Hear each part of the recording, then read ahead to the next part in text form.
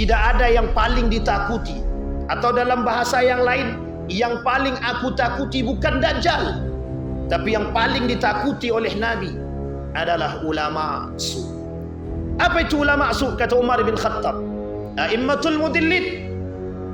Siapa a'immatul mudillin?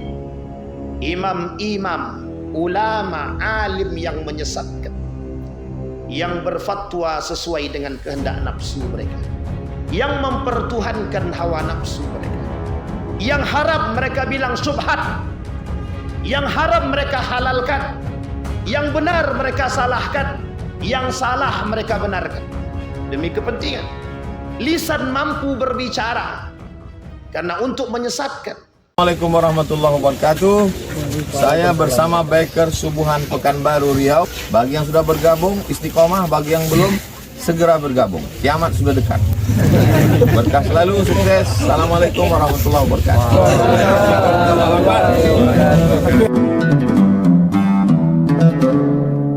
Alhamdulillah.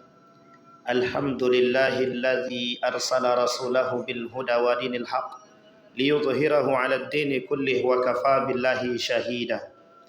Asyhadu an la ilaha illallah wahdahu la syarika lah wa asyhadu anna Muhammadan 'abduhu wa rasuluh la nabiyya ba'd. Allahumma salli wa sallim wa barik ala hadzal nabiyil karim. Allahumma salli ala Muhammad wa ala ali Muhammad fil alamin innaka Hamidum Majid. Ittaqullaha haqqa tuqatih wa la tamutunna illa wa antum muslimun. Inna Allaha wa malaikatahu yusalluna 'alan nabi ya ayyuhalladzina amanu sallu 'alaihi wa sallimu taslima. Wa qala Allah ta'ala ya ayyuhan nasu ittaqu rabbakumul ladzi khalaqakum min nafsin wahidah wa khalaqa minha zawjaha wa batha minhuma rijalan katsiran wa nisaa wattaqullaha alladzi tasaaluna bihi wal arham innallaha kana 'alaikum raqiba. Wa qala Allah ta'ala ya ayyuhalladzina amanu taqullaha wa qulu qawlan sadida yuslih lakum a'malakum wa yaghfir lakum dhunubakum wa may yuti'illaha wa rasulahu faqad faza fawzan 'azima. Wa qala an-nabi sallallahu alaihi wasallam inna akhwafa ma akhafu ala ummati a'immatul mudillin. Wa qala an-nabi sallallahu alaihi wasallam fi hadithihi innama akhsha min ad-dajjal fa innahu ulama su. Sadaqallah. Ma'asyiral muslimin rahimakumullah. Puji syukur kehadirat Allah atas limpahan rahmat dengan mengucapkan alhamdulillahirabbil alamin. Berselawat kepada Nabi dengan mengucapkan Allahumma salli ala Muhammad wa ala ali Muhammad fil alamin innaka Hamidum Majid. Ma'asyiral muslimin rahimakumullah. Seorang penulis buku menuliskan tentang buku yang berjudul Ulama dan Kekuasaan. Kemudian di dalam kitab Ihya Ulumuddin, Imam Al-Ghazali juga menuliskan tentang perkara fitnah ulama yang disebut dengan ulama su. Tetapi Imam Al-Ghazali mengatakan di dalam kitab Ihya Ulumuddin disebut sebagai kalimat ulama ar-rabbani, ay ulama su.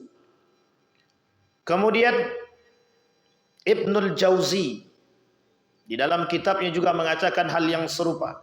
Kata Ibnul Jauzi, sesungguhnya ulama itu masuk atau diberikan dua kategori dalam dua golongan. Yang pertama disebut dengan ulama rabbani atau ulama akhirat. Yang kedua ulama dunia. Ali bin Abi Thalib mengatakan ulama dunia itu dan ulama akhirat itu. Kata Ali, ulama akhirat disebut dengan alim rabbani. Tapi kemudian alimuddin, alimud dunia. Kata Ali bin Abi Thalib, ada ulama yang disebut dengan ulama dunia dan ada yang disebut dengan orang alim Rabbani. Allah berkata di dalam Al-Quran atau berfirman di dalam Al-Quran, innama yakhshallah min ibadihil ulama. Di dalam Al-Quran kalimat ulama dapat ditemukan dalam 2 surat. Satu dalam surat Fatir ayat 28. Kemudian dalam surat Asy-Syu'ara ayat 197. Di dalam surat Al-Fatir Allah sebutkan tentang yakhshallah. Tidak ada yang paling takut kepada Allah selain daripada ulama. Kategori ulama di sini oleh Imam Al-Ghazali dalam kitab Ihya Ulumuddin disebut sebagai ulama Rabbani. Apa itu ulama Rabbani? Ulama yang takut kepada Allah. Karakter dan ciri-ciri ulama ini disebutkan. Yang pertama, khasyah. Dia takut kepada Allah. Makna khasyah berbeda dengan khauf. Kalau makna khasyah, dia takut kepada Allah, tapi dia tak takut kepada manusia. Dia takut kepada Allah, tapi dia tak takut kehilangan segalanya. Maka yang dia takut cuma Allah. Tapi berbeda dengan makna khauf. Khauf artinya takut. Dia takut kepada Allah dan dia juga takut kepada dunia. Kadang-kadang ketakutan mereka terhadap dunia lebih daripada ketakutan mereka kepada Allah. Kemudian yang kedua disebut sebagai alim Rabbani, kata Ali bin Abi Thalib. Ulama akhirat, kata Imam Al-Ghazali. Karakter yang ketiga tawadu. Karakter yang keempat, dia adalah ulama yang berakhlak mahmudah. Karakter selanjutnya, ulama yang tidak menjual agama. Karakter selanjutnya, ulama yang tidak mudah berfatwa. Oleh para ulama disebut sebagai ulama Rabbani. Dalam melakukan sesuatu atau dalam melakukan setiap perbuatan, mereka selalu memohon petunjuk kepada Allah. Apapun yang mereka lakukan. Karena dasar ketakutan kepada Allah. Takut apa yang mereka perbuat, takut apa yang keluar dari lisan mereka tidak diridhai oleh Allah Subhanahu wa taala. Tapi justru sebaliknya dalam surat Asy-Syu'ara ayat 197. Allah berkata, awalam yakul lahum ayatan ay ya'lamahu ulama Bani Israil. Disebut dalam kalimat tersebut ada yang dikatakan ulama Bani Israil. Siapa mereka ulama Bani Israil? Oleh para ahli tafsir mengatakan ulama Bani Israil adalah ulama su. Ulama yang memperjualbelikan agama. Ulama yang menjual ilmunya demi kepentingan dunia. Ulama dengan kehebatannya, dengan ilmunya, dengan kepiawaiannya, dengan ahli fatwanya, mereka jual demi kepentingan dunia. Lisannya berbicara tentang agama, hatinya berharap mendapatkan dunia. Lisannya mengeluarkan fatwa, tapi hati dia mengharapkan kepentingan. Ulama Bani Israil. Allah sebutkan di dalam Al-Quran karakter ulama-ulama Bani Israil. Sejalan dengan karakter penduduk Bani Israil. Sejalan dengan karakter atau akhlaknya Bani Israil. Bani Israil punya sifat pemberontak. Bani Israil punya sifat tidak senang. Bani Israel suka menyembunyikan kebenaran. Bani Israel tak suka dengan keadilan. Maka bermunculan para ulama-ulama Bani Israel. Dari kalangan mereka yang memunculkan fatwa sesuai dengan kepentingan rakyatnya. Yang mereka keluarkan titah-titah agama yang menyesuaikan dengan kepentingan penduduknya. Ma'asyiral muslimin rahimakumullah. Abu Hurairah berkata, "Man ta'allama ilman mimma yabtaghi bihi wajha Allah la yata'allamuhu illa liyusiba aradan minad dunya lam yajid arafal jannah yawmal qiyamah.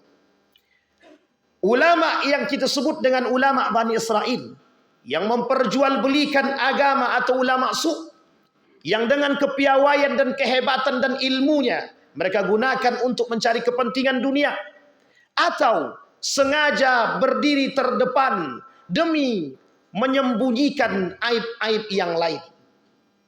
Orang-orang seperti ini biasanya mencari kepentingan dan keuntungan untuk kepribadian mereka.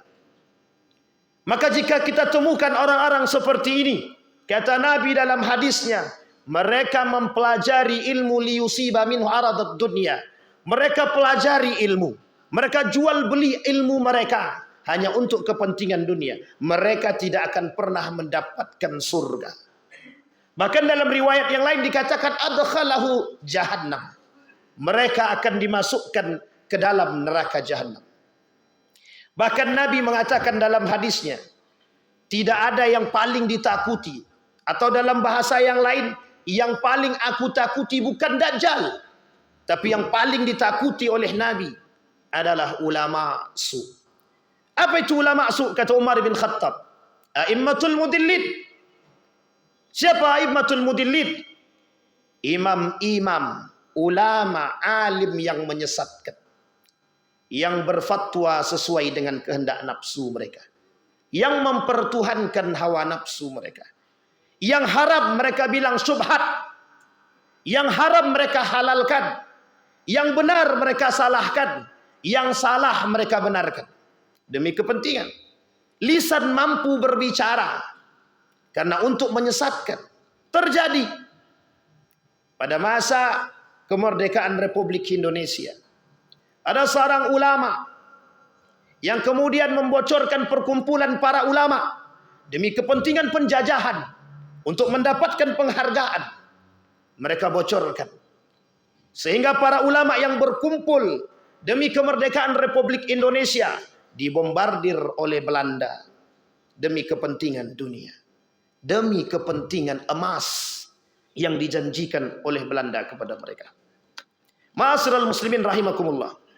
Dalam riwayat yang lain dikatakan, man ta'allamal ilma liyubahi bihi aw yumari bihi as-sufaha aw yasrifu bihi wajhan nas ilaihi adkhalahu Allahu jahannam.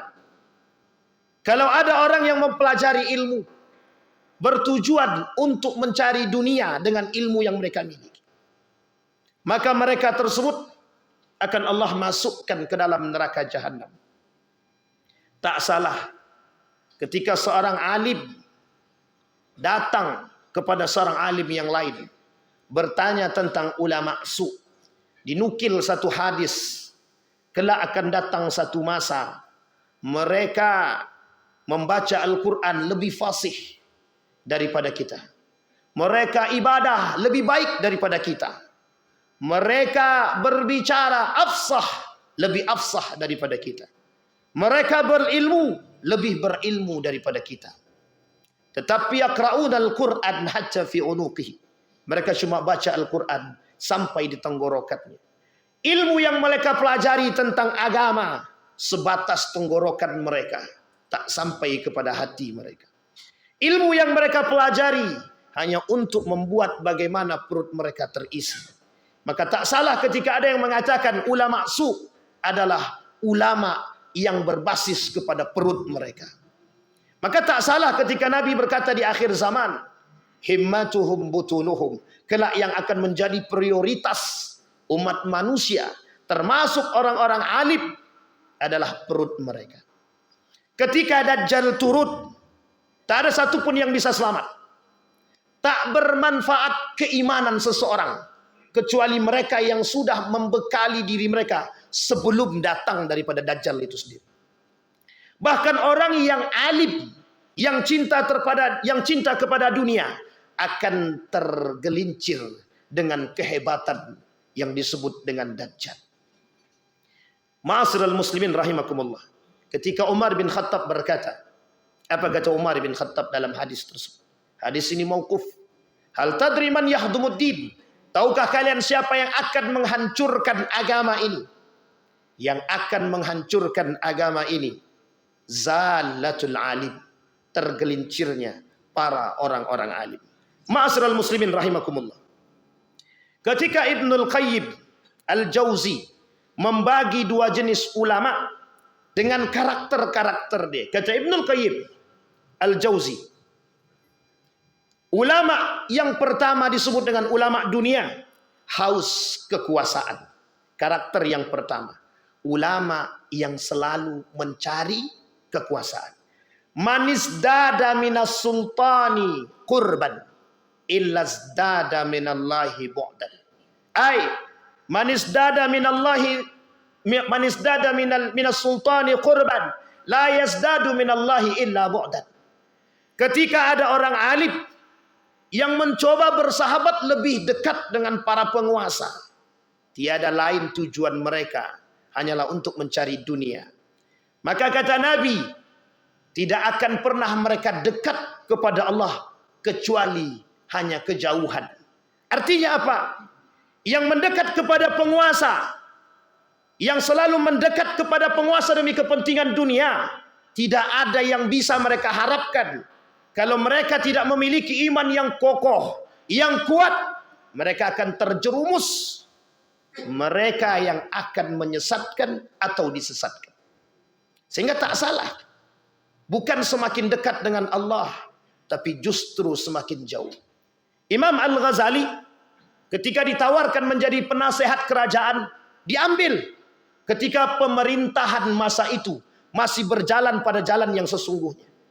Tapi kemudian ketika menyeleweng dari ajaran agama, nilai-nilai agama, Imam Al-Ghazali mengambil kebijakan dan keputusan yang baik, keluar. Kenapa Imam Al-Ghazali keluar? Karena Imam Al-Ghazali mengatakan, kalaulah mereka tak mau mengikuti perkataan atau nilai agama, lebih baik aku keluar daripada pemerintahan tersebut. Ini adalah kebijakan seorang yang alim. Ini adalah kebijakan yang baik dari sebagai seorang yang ulama, yang alim. Apakah iman kita hari ini lebih kuat daripada Imam Al-Ghazali? Belum tentu. Apakah iman kita hari ini lebih kuat dari Ibnu Battuta, dari Imam Syafi'i? Tidak. Artinya apa? Kalaulah kita tak mampu membentengi diri kita dengan kekuatan yang betul-betul kuat, maka bisa dikatakan mungkin dunia yang kecil bisa membuat mata kita tertipu. Hanya kecil. Allah kata dunia ini kecil. Dunia ini tak seberapa dengan kekuasaan Allah. Ya bani Adam la takhafanna min dhi sultan fa inna sultani baqiyat. Allah kata, kekuasaan Allah itu tinggi. Kenapa kalian masih mendekat kepada penguasa demi kepentingan? Mendekat kepada penguasa demi pesantren. Mendekat kepada penguasa demi sekolah. Mendekat kepada penguasa demi mendapatkan kecipratan dana-dana. Yang dengan itu lisan kita tak mampu berkata ketika mereka melakukan perbuatan yang salah. Seorang ulama dari Perlis mengatakan, satu ketika beliau diberikan fasilitas yang lengkap, rumah, mobil, ketika dia menjadi penasehat kerajaan. Apa yang dia katakan?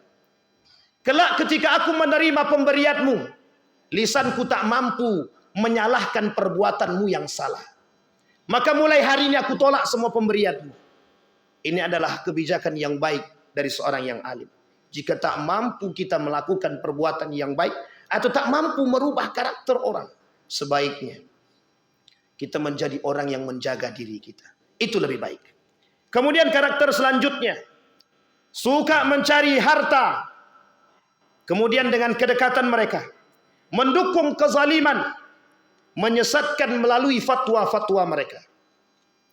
Ma'asyiral muslimin rahimakumullah. Menjual agama demi dunia.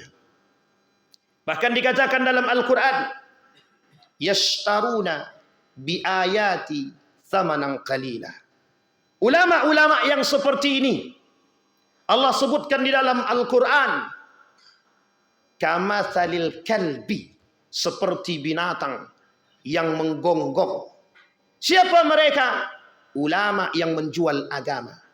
Ulama yang menutupi kezaliman, ulama yang tak berani berkata kebenaran, yang menyembunyikan kebenaran. Mereka lah yang disebutkan oleh Allah di dalam Al-Quran. Mereka gunakan agama untuk kepentingan. Kamathalil kalbi, seperti binatang yang menggonggong. Ketika diberi, lidah mereka menjulur. Ketika tidak diberi, lidah mereka tetap menjulur. Ketika mereka tidak diberikan kekuasaan, mereka terus mendekat. Ketika tetap diberikan kekuasaan, mereka tetap mendekat. Artinya apa? Sulit bagi ulama seorang alim yang buruk perangainya, sulit bagi mereka mengatakan kebenaran pada kesalahan yang dilakukan oleh para pemerintah yang dekat dengan mereka, para penguasa yang berkuasa. Kita bisa perhatikan hari ini, berapa banyak para ulama yang dijadikan oleh mereka dari dulu sampai hari ini. Ketika mereka mengalami kemerosotan, mereka cari alim ulama untuk menggait suara, nama, siapapun itu. Apapun itu mereka lakukan demi kebangkitan. Mereka jadikan agama sebagai tempat untuk menciptakan kekuatan. Tapi ketika sudah berjaya, ketika mereka sudah di atas, mereka tak lagi perhatikan terhadap fatwa-fatwa ulama. Mereka tak jadikan nilai-nilai agama sebagai landasan roda kehidupan pemerintahan. Ma'asyiral muslimin rahimakumullah. Artinya apa? Di akhir zaman, kata Nabi, akan bermunculan orang-orang yang seperti itu. Bahkan orang-orang seperti ini Allah sebut di dalam Al-Quran. Bahkan Nabi sebut di dalam hadisnya sebagai manusia-manusia munafik. Bahkan dalam hadis Hudzaifah ibnul Yaman dikatakan mereka adalah orang-orang yang alim du'atun ila abwabi jahannam. Para alim, para da'i yang mengajak rakyatnya kepada neraka jahannam. Ma'asyiral muslimin rahimakumullah. Maka kita perlu hari ini menciptakan karakter-karakter pemimpin ulama. Kita harus ciptakan sebelum pemimpin kita alim, kita harus ciptakan para alim-alim kita yang betul-betul alimul akhirah. Mereka ulama akhirat. Siapa mereka? Bagaimana karakter mereka? Tidak mengejar dunia, menjauhi sikap yang berlebihan, tidak bersahabat bebas dengan para penguasa, berpihak kepada rakyat, tidak mudah mengeluarkan fatwa. Kita munculkan orang-orang. Hari ini bermunculan pondok-pondok pesantren yang mengajarkan nilai-nilai agama. Kita tanamkan pada diri-diri mereka menjadi manusia-manusia pejuang. Kurang apa ulama kita hari ini banyak, tapi mengapa kriminal semakin banyak? Narkoba merajalela, perzinahan semakin terang-terangan, khamar di mana-mana. Artinya apa? Yang kita takutkan dari sekian banyak para alim yang datang kepada kita adalah alim ulama-ulama yang berperangai buruk. Sehingga apa yang mereka katakan tak sejalan dengan apa yang mereka perbuat. Sehingga apa yang mereka katakan tak masuk dan tak mampu mengajak kita menjadi manusia yang lebih baik. Ma'asyiral muslimin rahimakumullah. Kesimpulan dari apa yang kita sampaikan, mari kita ciptakan generasi-generasi Rabbani yang takut kepada Allah. Kelak mereka yang akan menjadi pengemban amanah, yang akan memperjuangkan nilai-nilai agama. Sehingga kelak kita punya generasi-generasi ulama-ulama akhirat, ulama-ulama Rabbani yang takut kepada Allah. Fa'tabiru ya ulil absar la'allakum tuflihun. اللهم صل وسلم وزد وانعم وتفضل وبارك بجلالك وكمالك على سيد عبادك ابي القاسم سيدنا ومولانا محمد صل وسلم رضي الله تبارك وتعالى عن كل الصحابه رسول الله عليهم أجمعين.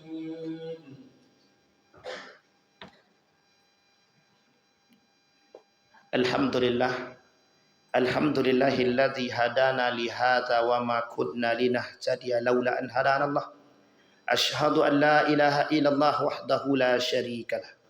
Wa asyhadu anna Muhammadan abduhu wa rasuluh la nabiyya ba'd. Allahumma salli wa sallim wa barik ala hadzal nabiyil karim. Allahumma salli ala Muhammad wa ala ali Muhammad fil alamin innaka Hamidum Majid. Ittaqillaha haqqa tuqatih wa la tamutunna illa wa antum muslimun. Inna Allaha wa malaikatahu yusalluna 'alan nabi ya ayyuhalladzina amanu sallu 'alaihi wa sallimu taslima. Allahumma ighfir lil muslimina wal muslimat wal mu'minina wal mu'minat bi rahmatika ya dzal jalali wal ikram. Allahumma a'idna 'ala dzikrika wa syukrika wa husna ibadatik. Allahumma ighfir lana dhunubana wa kaffir 'anna sayyi'atina wa tawaffana ma'al abrar. Allahumma rzuqna imaman 'adila. Allahumma rzuqna imaman 'adila. Allahumma rzuqna 'aliman sabira. Allahumma rzuqna 'aliman sabira. Allahumma ansur ikhwanana al-mujahidin fi Palestin wa fi Gaza wa fi kulli makan. Allahumma dammiril yahud. Allahumma ahlikil kafarata wal mubtadi'at wal musyrikin a'da'aka a'da'ad din. Allahumma aslih akhlaqa syababal muslimina wal muslimat wal mu'minina wal mu'minat bi rahmatika ya dzal jalali wal ikram. Rabbana atina fid dunya hasanah wa fil akhirati hasanah wa qina adzaban nar. Ibadallah, innallaha ya'muru bil adli wal ihsan wa ita'i dzil qurba wa yanha 'anil fahsya'i wal munkar wal baghi ya'idzukum la'allakum tadhakkarun. Aqimis shalah.